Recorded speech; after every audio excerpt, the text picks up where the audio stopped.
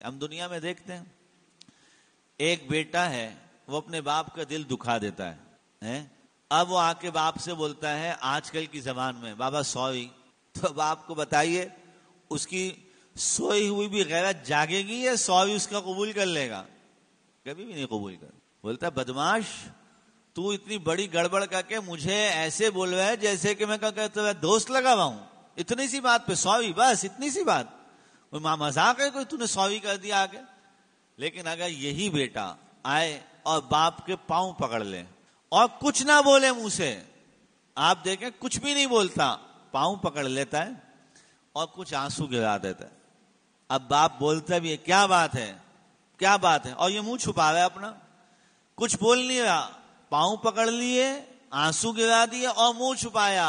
باپ خود بخود سمجھتا ہے کہ نہیں سمجھتا کہ یہ اپنی غلطی پہ نادم ہو گیا.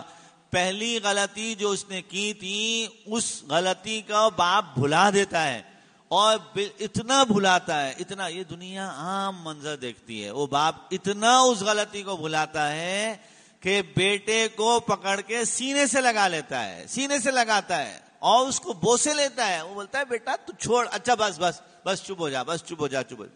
ظاہر ہے کہ میں بھی ایک باپ ہوں، میرے بھی بچے ہیں، میں ایسے موقعوں کو دیکھتا ہوں اور بہت پھر سوچتا ہوں.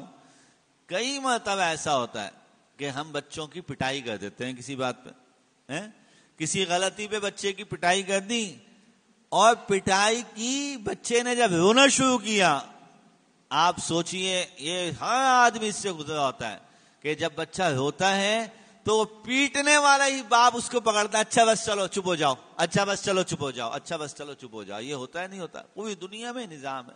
یہ محبتیں ہیں جو اللہ رب کریم نے انسانوں میں تقسیم کی ہیں. ذرا سوچئے کہ جو محبتوں کا تقسیم کرنے والا ہے اس کے اپنے ہاں کتنی محبت ہوگی، کتنی محبت ہوگی.